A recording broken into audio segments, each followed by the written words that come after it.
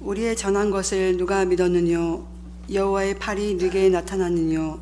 그는 주 앞에서 자라나기를 연한 순 같고 마른 땅에서 나온 줄기 같아서 고운 모양도 없고 풍채도 없은즉 우리의 보기에 흠모할 만한 아름다운 것이 없도다. 그는 멸시를 받아서 사람에게 실어버린 바 되었으며 간고를 많이 겪었으며 질고를 아는 자라. 마치 사람들에게 얼굴을 가리우고 보지 않음을 받은 자 같아서 멸시를 당하였고 우리도 그를 귀하지 않게 아니하였도다. 그는 실로 우리를 질고를 지고 우리의 슬픔을 당하였거늘 우리는 생각하기를 그는 징벌을 받아서 하나님에게 맞으며 고난을 당한다 하였노라. 그가 찔림은 우리의 허물을 인함이요 그가 상함은 우리의 죄악을 인함이라. 그가 징계를 받음으로 우리가 평화를 누리고 그가 채찍에 맞음으로 우리가 나음을 입었도다. 우리는 다 양 같아서 그릇 행하여 각기 제 갈 길로 갔거늘 여호와께서는 우리의 무리의 죄악을 그에게서 담당시키셨도다. 그가 곤욕을 당하여 괴로울 때에도 그 입을 열지 아니하였으며 마치 도수장으로 끌려가는 어린 양과 같이 털 깎는 자 앞에서 잠잠한 양같이 그 입을 열지 아니하였도다. 아멘. 오늘 무슨 날인가요? 왜 종려주일까요? 종려주일은 뭐냐면요, 종려나무를 들고 흔들었다고 해서 종려주일이라고 얘기한답니다. 또 오늘이 무슨 날인가요? 호산나 주일이라고 얘기한답니다. 그러면 찬양할 때 무슨 찬양 많이 해야 되겠어요? 호산나 호산나 다윗의 자손이여 찬양한답니다. 그러면 이제 알아야 되겠잖아요. 호산나의 뜻이 뭔가를 알아야 되겠지 않겠나요? 호산나? 잘 모르겠나요? 이제 정확하게 기억합시다. 호산나는 여호와여 구원하소서. 그런데 중요한 거 있어요. 누구를 구원하면 좋겠습니까? 여호와여 나를 구원하소서. 아멘. 그러니까 호산나 호산나 했던 거 뭐냐면 전쟁합니다. 그럼 어떻게 하냐면요, 전쟁에 승리를 하잖아요. 개선할 때 승전가를 같이 부릅니다.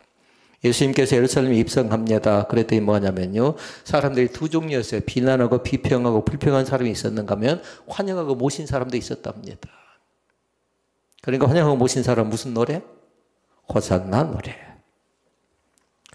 또 오늘이 무슨 주일일까요? 오늘이.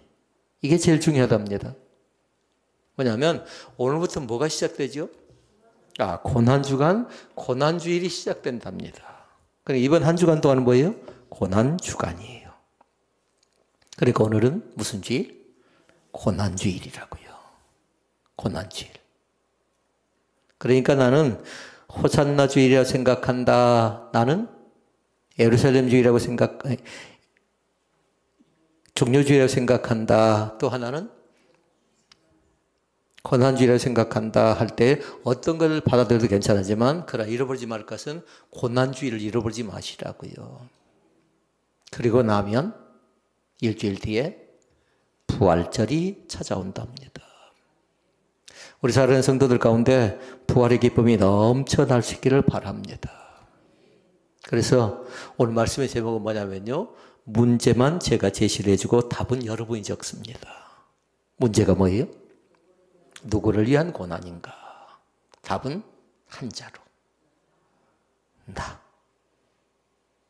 이름이 나예요? 미하면 된가요? 여러분 각자 이름을 딱 적어 놓으시라고요. 누구를 위한 고난이라고요? 예수의 징벌을 받았습니다. 채찍을 맞습니다. 조롱을 당합니다. 그게 다 누구 때문에? 나 때문입니다.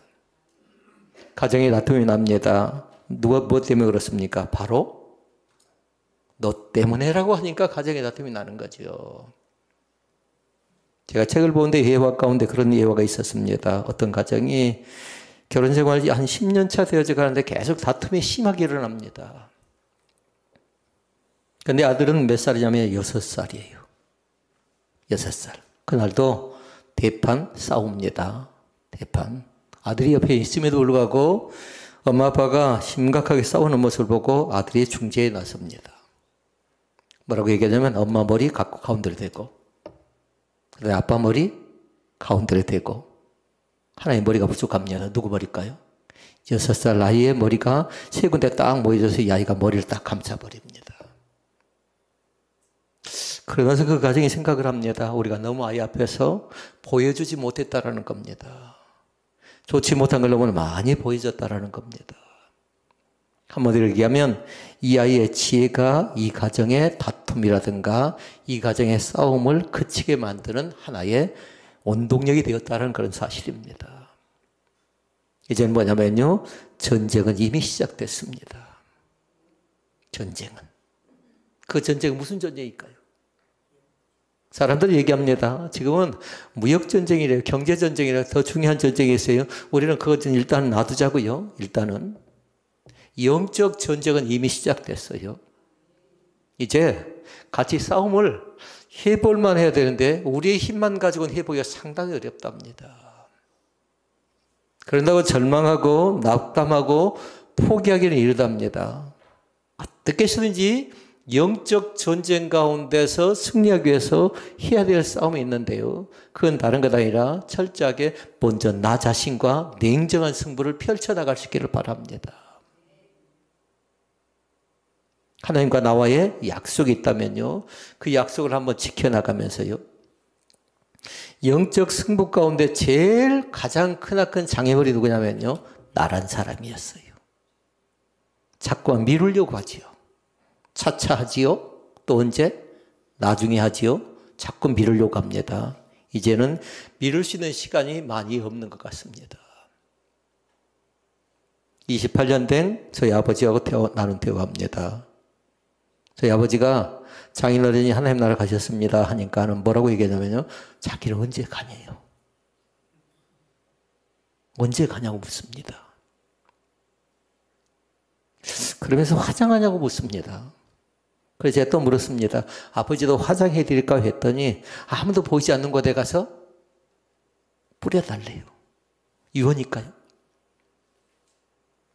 잘 한번 생각해 보세요. 언제 어느 때 나에게도 죽음이 찾아올지 알지 못합니다. 미뤄서는 안 될 것 같아요. 믿음 생활을 꼭 점검을 다시 한번 해볼 수 있기를 바랍니다. 플라톤의 사람이 얘기했습니다. 너 자신을 알라. 그랬나요? 그러지 않았지요? 아리스토텔레스라는 사람이 그렇게 얘기했지요. 플라톤의 사람은 무슨 얘기를 했냐면요, 모든 근원의 원인은 욕심에 있대요. 욕심. 질병도 마찬가지고 경제적인 다툼도 마찬가지고 또 가정 안의 싸움이라든가 밖의 싸움도 다 그 속에 뭐가 있다고요? 욕심으로 인해서 생겨난 일들이 많답니다. 이 가운데 물어볼까요? 욕심 없는 사람이 있나요? 욕심 없는 사람이. 다 욕심이지요. 어떤 사람도 크게 욕심 부른 것 같고 어떤 사람은 작게 욕심 부른 것 같고요. 심리학에서는 사람이 다투는 원인에 대해서 세 가지로 설명을 해놔요. 그 어떤 것도 피해갈 수가 없습니다. 첫 번째 건 뭐냐면요, 욕구 충돌이 일어나기 때문에 다툼이 생겨난대요. 그럼 욕구 충동이 뭔가 한번 생각해 볼까요? 욕구 충동은 뭐냐면 실제적으로 자기 이익을 먼저 취하려고 하는 태도라고 얘기할 수 있겠습니다. 가정의 테레비를 봅니다. 남편은 스포츠를 좋아합니다. 그러니까 늘 운동, 그 다음에 야구, 농구, 배구, 더 심하면 UFC, 꼭 우리 집 얘기하는 것 같네요. 근데 아내는 다른 걸 좋아해요. 드라마를 좋아해요. 여성들은 감성적이라. 근데 꼽사리를 또 아들이 낍니다. 아들은 뭘 좋아할까요? K-팝 좋아합니다. 그러면 TV를 보려고 하는데 남편의 생각 다르고 아내의 생각 다르고 아들 생각이 다릅니다. 그런데 여러분 생각해 보십시오. 이 가운데 어떤 사람은 우리 집은 걱정 없대요. 왜 그럴까요? 우리 집은 테레비가? 세대예요? 테레비 세대이면 상관없겠잖아요. 자기 좋아하는 거 가서 들으면 되니까. 근데 대체적으로 테레비가 몇 대예요? 테레비가 한 대입니다. 그러니까 수요는 셋인데 공급은 하나밖에 되지 않아요. 가지고자 하는 사람은 세 사람인데 물건은 하나밖에 없습니다. 그러니까 생겨난 게 뭐라고요? 싸움과 다툼이 그곳에서 생겨나는데 그것이 욕구 충돌이랍니다. 그 다음에 또 두 번째가 있었습니다. 두 번째는 뭐냐면 가치관의 차이입니다. 삶의 방식이 다르다는 겁니다. 일종의 조금 더 쉽게 얘기하면 뭐라고 얘기합니까? 세대 차이가 난답니다. 세대 차이가. 젊은 사람들은 뭐라고 하죠? MZ세대라고 한가요? 세대 차이가 난답니다.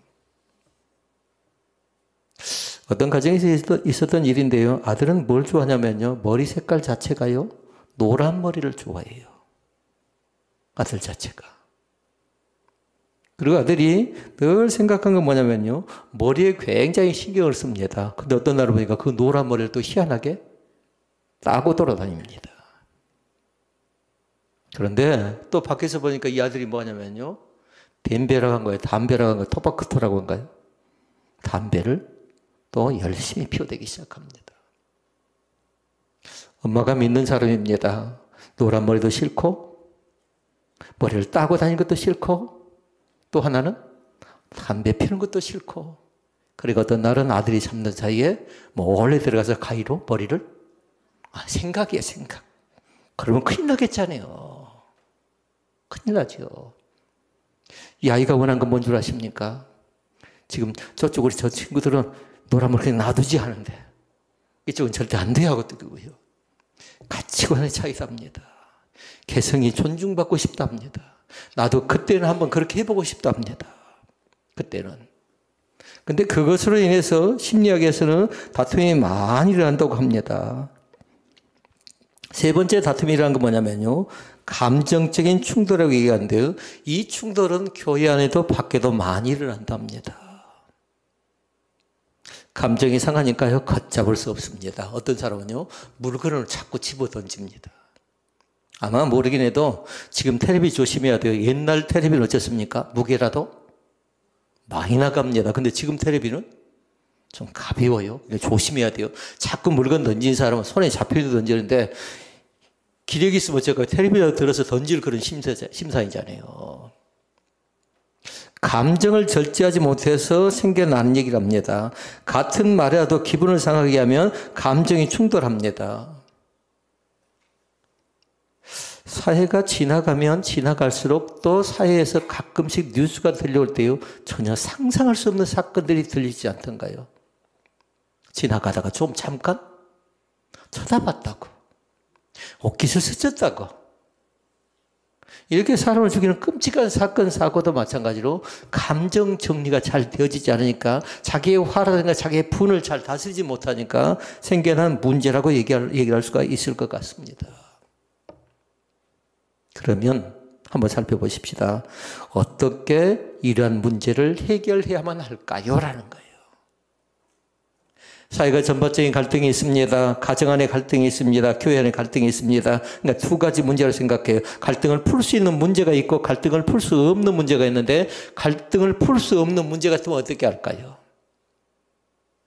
어떻게 할까요? 이게 좀 고민되지 않나요? 갈등을 해결하려면요. 지금 풀 수 없는 문제라고 하면 여러분이 부탁합니다. 시간을 들고 시간을 갖고서 좀 기다려줄 수 있기를 바랍니다. 노란 머리요? 어떻게 보기 싫다고요? 잘라버리고 싶다고요? 담배 피우는 거 꼴도 보기 싫다고요? 그냥 조금 기다려줘도 괜찮답니다. 때가 되면 시간이 지나면 엄마 내가 언제 그랬어? 하는 그런 시간대가 반드시 나에게 우리 가정 가운데 찾아오게 될 줄로 믿습니다. 제가 어떤 가정을 얘기하는 것 아니에요. 분명하게 사회에서 일어나는 현상들을 생각하면 됩니다. 그것이 교회 밖에만 일어나는 것 아니라 교회 안에도 얼마든지 일어날 수 있는 사건과 상황이라고 얘기할 수 있습니다. 풀 수 있는 문제라면 어떻게 해야 될까요? 풀 수 있는 문제라면 그렇게 생각하면 돼요. 자신의 조건과 상대방의 조건과 관계의 조건을 잘 조화해서 서로가 충분히 받아들일 것. 이것이 뭐냐면요. 수용할 것. 그래야 소통할 수 있답니다. 그래야 막히지 않을 수 있답니다. 몸도 막히니까 문제가 생겨납니다. 가정도 막히면 사회도 막히면 폭발할 가능성이 있습니다. 그래서 충분하게 뭐냐면 서로 욕구를 조절할 뿐만 아니라 가치관을 맞추고 감정을 일치시켜 나가려고 최선을 다하라는 그런 말씀입니다. 그러면 이걸 신앙적으로 한번 접근해 볼까요? 믿음의 관점에서 한번 접근해 볼까요? 이런 갈등이 일어나고 이런 감정이 억제가 잘 되지 않고 가치관의 차이가 있을 때 믿음의 사람들은 과연 이 문제를 어떻게 처리하면 좋겠습니까? 라는 거예요. 어떻게 하면 좋겠습니까? 또는 깜빡거리면 안 돼요. 어떻게 아까 고민을 너무 많이 하시는 것 같은데. 잘 기억하시라고요. 문제를 내주신 분이 누군가를 보라고요. 문제를 낸 사람은 뭘 알고 있을까요? 답을 알고 있습니다. 그러니까 기억할 건 신앙적인 관점에서는 우리의 문제를 내주신 분 하나님에 대해서 잘 알아나갈 수 있기를 바랍니다. 그러면 답은 하나님께 있습니다. 답은 하나님께 있습니다. 다른 거 생각하지 마시고요. 하나님께 있는데 그 답은 뭐냐면요. 하나님 우리 가운데 말씀합니다. 은혜 받는 것이 답이래요. 은혜 받을 수 있기를 바랍니다. 은혜 받으면 막혔던 것이 회복되어지고요. 쌓였던 감정이 녹아지고요. 새로운 길이 우리 가운데 제식이 되게 되어질 줄로 믿습니다. 그리고 오늘 부탁합니다. 은혜의 통로가 활짝 열려지기를 주의 이름으로 축원을 드립니다. 여러분 일터도 마찬가지고 직장도 마찬가지고 은혜가 활짝 열려질 때에 그러면서 해야 될 것 반드시 문제의 답은 하나님께 있고 하나님은 은혜를 요구하시는데 우리가 해야 될 것 가운데 두 번째는 뭐냐면 하나님만 주만 사랑하라 의지하라. 제가 원하는 답은 바라보라. 하나님만 바라볼 수 있기를 바랍니다. 1번은 은혜 받으면 되고 2번은 하나님을 바라봐야 됩니다. 그런데 사람들이 어쩝니까? 세상의 조건, 배경, 환경을 자꾸 바라보려고 합니다. 어려우면. 그러니까 찾아가지요. 그러나 찾아가서 해결될 일이 아니랍니다. 우리 주님께 나에게 찾아오셨지 내가 찾아가서 만난 종교가 아니라고요. 나에게 찾아올 때는 어떻게 찾아오셨습니까? 조건, 상황을 따지지 않았어요. 인간인 저는 미비해요. 부족해요. 모순투성이에요. 그럼에도 불구하고 하나님이 우리를 사랑하신 건 뭐냐면요. 연약하고 나약하면서 우리 자신이 인정하기 때문에 그런 겁니다. 하나님께서 받고자 하는 인정은 뭐냐면요. 하나님은 우리를 사랑한대요. 그럼 우리는 또 어떻게 인정해야 돼요? 잘 몰라요? 하나님이 나를 사랑한다 그러면 짝사랑이잖아요. 그런데 쌍방통행이 돼야 되겠잖아요. 그러려면 나도 하나님을 사랑합니다. 그리고 우리가 인사전법을 배웠잖아요. 사랑하면 어떻게 했죠? 손 누가 들려고 하네요. 거기까지 3번이 하나님 우리를 사랑할 때 3번이었고 1번은 살짝 2번은 조금 더 크게 3번은 크게였던 것 같아요.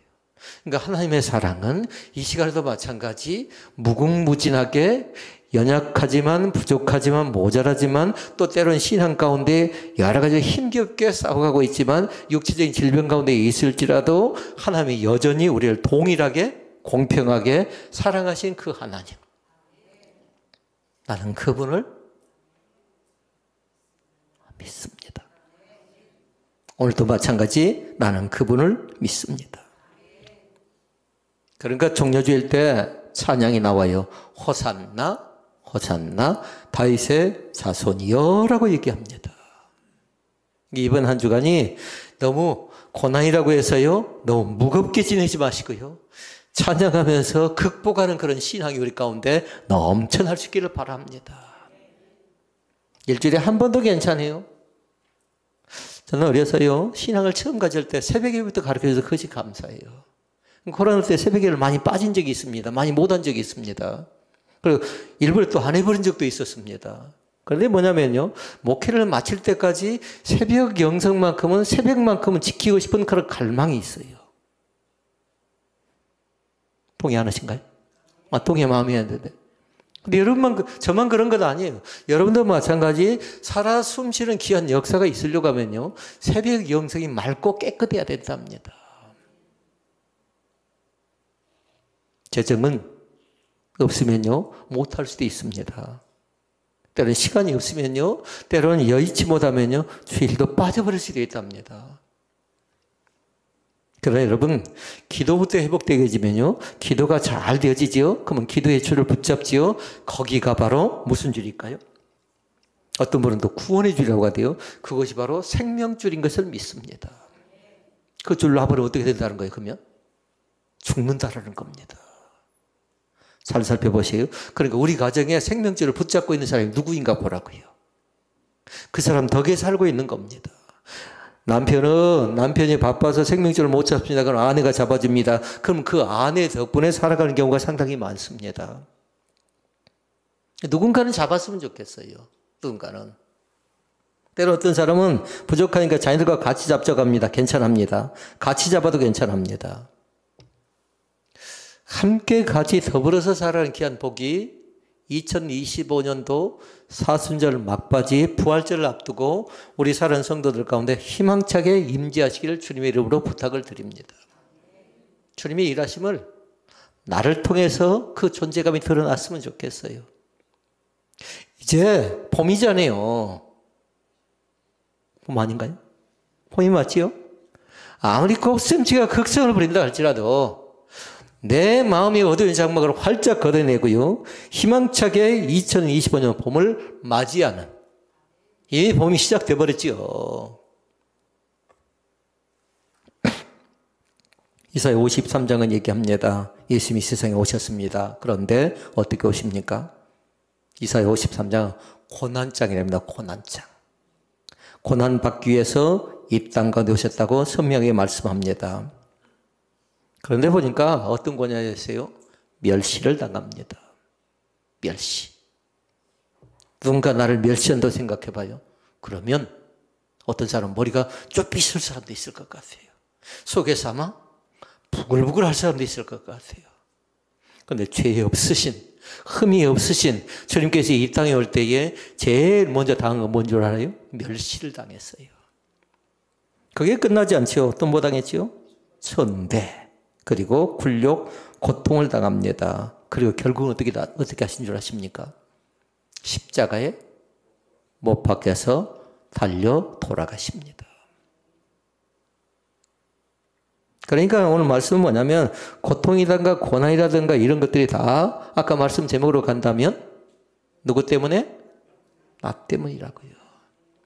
멸시를 받아야 될 나라고요. 고통을 당해야 될 나라고요. 천대를 당해야 될 나고 무시를 당해야 될 난데 내가 겪어야 될 그 고통을, 그 고난을 주님께서 몸소 친히 감당하셨다는 사실입니다.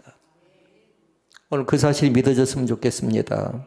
그러니까 그 속에가 고통과 고난 속에 다 담겨져 있어요. 선포하시라고요. 나에게 아무리 크나큰 어려운 고통이 나에게 주어진다 할지라도 이 고통은 능히 극복할 수 있음을 믿으실 수 있기를 바랍니다. 경제적인 크다고요? 저는 굉장히 커 보이대요. 질병이 여러분 큰가요? 크지 않나요? 어제도 저녁에 11시경에 갑자기 푸고 문자가 들어왔어요. 제가 그렇게 나이가 많이 되지 않습니다. 그런데 친구가 또 하나님 나라 갔답니다. 들어보니까 다른 것 아니었어요. 암이었어요. 암. 내가 마음에 상처받는 것도 아프지만 육체적인 질병 가운데 있을 때에 너무 크게 낭망하거나 범민하지 않기를 원합니다. 그 친구 부인은 믿는 사람이거든요. 그래서 제가 친구 핸드폰이 아직 뭐 없어지지 않았겠잖아요. 거기다 제가 문자를 남겨놨어요. 그때 누군가는 봤어요. 답글은 없었습니다. 정확하게 기억할 수 있기를 바랍니다. 아무리 크나큰 상처를 받고 아무리 크나큰 고통을 받고 아무리 내 몸속에 커다란 암덩이가 존재한다 할지라도 나는 죽으면 하나님 나라 간다는 사실을 꼭 믿을 수 있기를 바랍니다. 그 사실 흔들리면 안 될 것 같아요. 그 사실이 70이 중요하고 80이 중요하고 90이 중요한 것 아니라 한나라나 살았을 때에 내가 어떻게 믿었는가 그거 굉장히 중요한 거지요. 너무 부끄러워하지도 마시고요. 너무 크게 상처받지도 마시고요. 왜냐하면 사람 살아가는 과정은 어쩔까요? 다 마찬가지인 것 같아요. 저는 저 나름대로 하나님 앞에 바르게 신앙생활을 해보려고 하는 것이고요. 여러분 나름대로 하나님 앞에 신앙생활을 해보려고 얘기를 많이 합니다. 그러나 기억할 건 예수님은 대체 왜 오셨고 누구를 위해서 고난 당했냐고 물어보면 분명하게 나를 위해서 오셨고 나를 위해서 고난받던 사실은 절대로 잃어보지 않기를 원합니다. 첫째 말씀입니다. 첫째, 주님의 고난은 누구 때문에?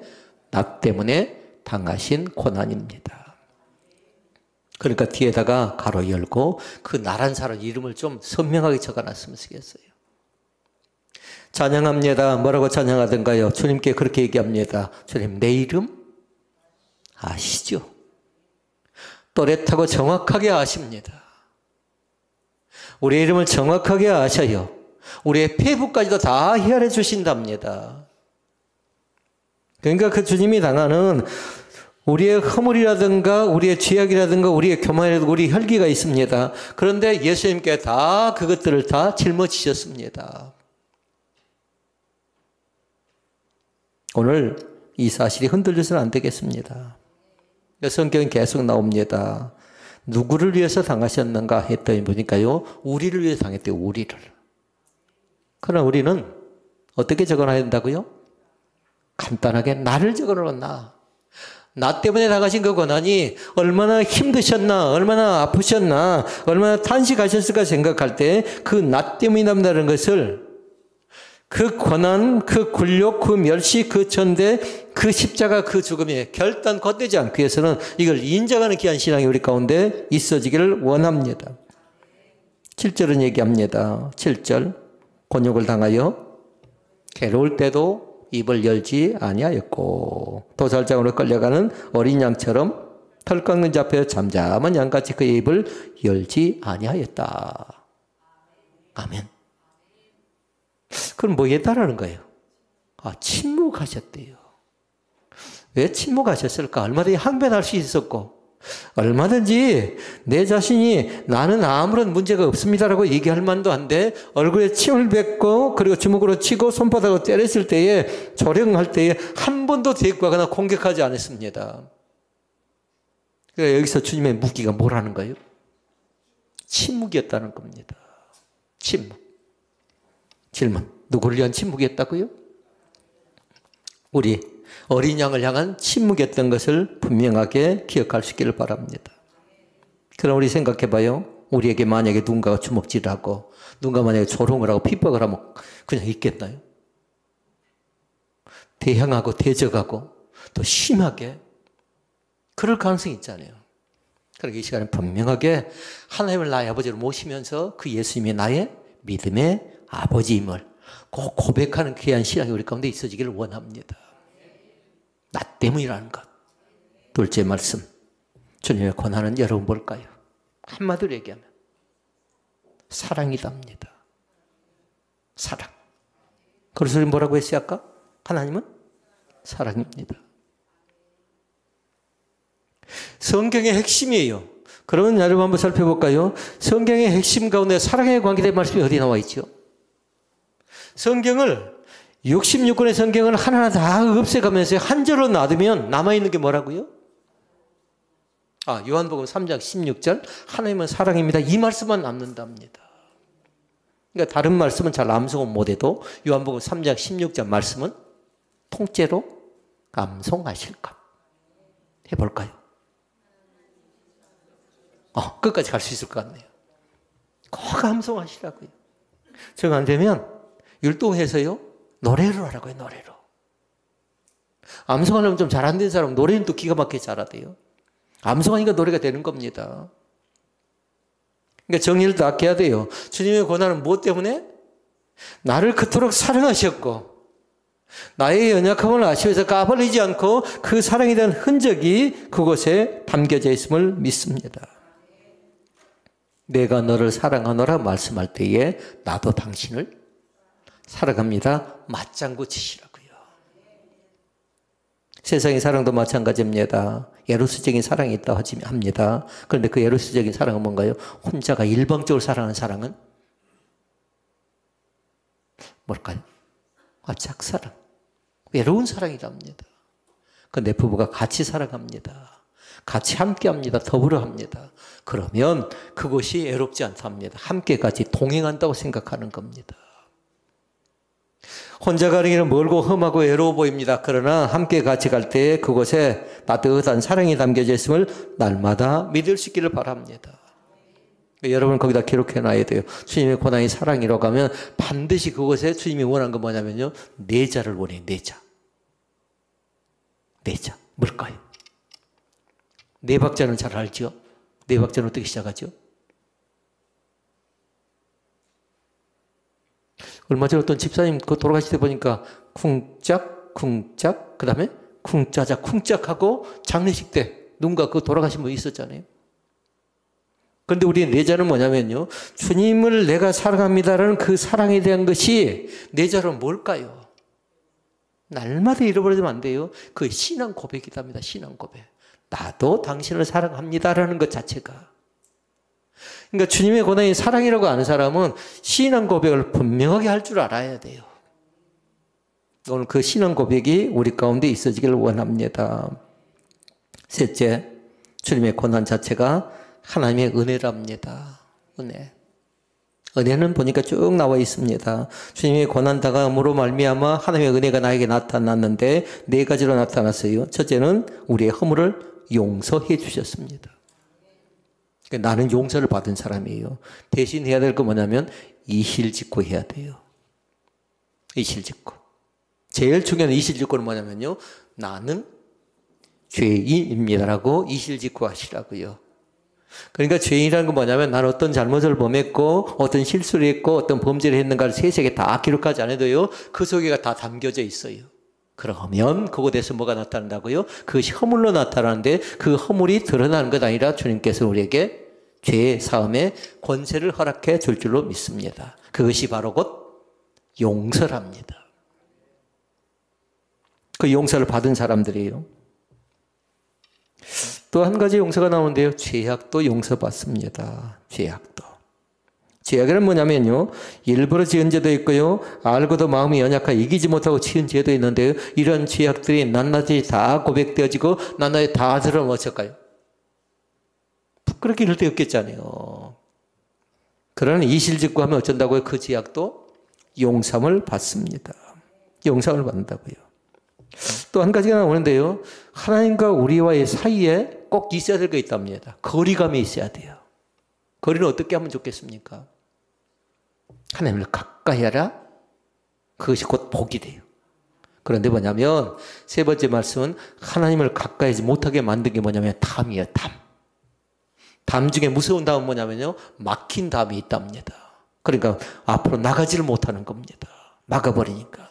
그런데 중요한 거 뭐냐면 하나님과 우리 사이에 막힌 담이 이제 어떻게 돼요? 헐어졌습니다. 헐어졌다고요. 그러니까 고난주간에는 고난의 호산나 호산나 다윗의 자손 찬양할 때에 너무 어둡게 살지 말고 밝게 살아도 괜찮습니다. 주님이 여러 적게 주셨어요.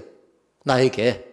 다른 사람 다 그것을 기쁨으로 맞아들입니다. 근데 아직도 그걸 받아들이지 못한다. 그건 뭐냐면 나에게 뭔가 막힌 것이 있다고 생각하면 돼요. 여러 젖힐 수 있기를 바랍니다. 네 번째가 중요한 겁니다. 우리의 질병이 깨끗하게 치유함을 받습니다. 병고침의 밭을 받습니다. 그러니까 다시 말씀드리면 몸에 대한 것이 어떻게 된다고요? 회복되었답니다. 점점 더 좋아지게 됨을 체험할 수 있기를 바랍니다.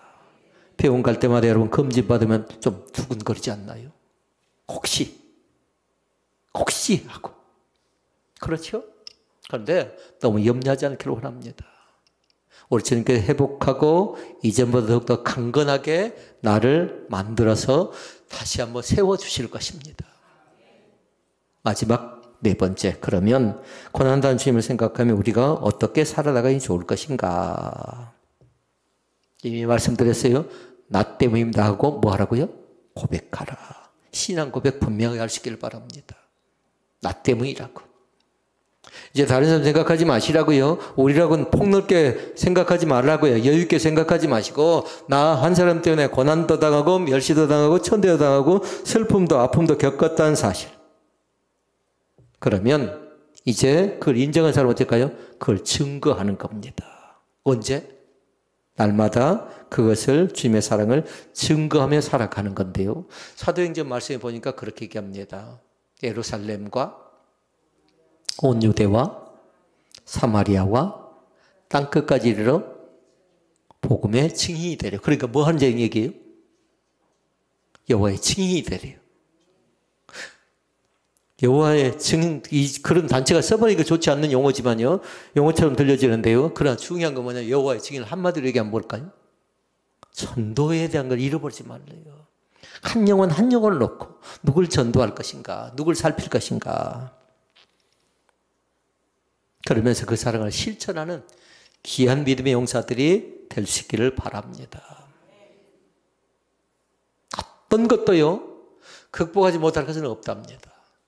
고난주간에 마음속에 작정을 단단히 해서요, 그 사랑을 실천하는 믿음의 동역자들이, 하나님의 사람들이 다 되실 수 있기를 주님의 이름으로 부탁을 드립니다.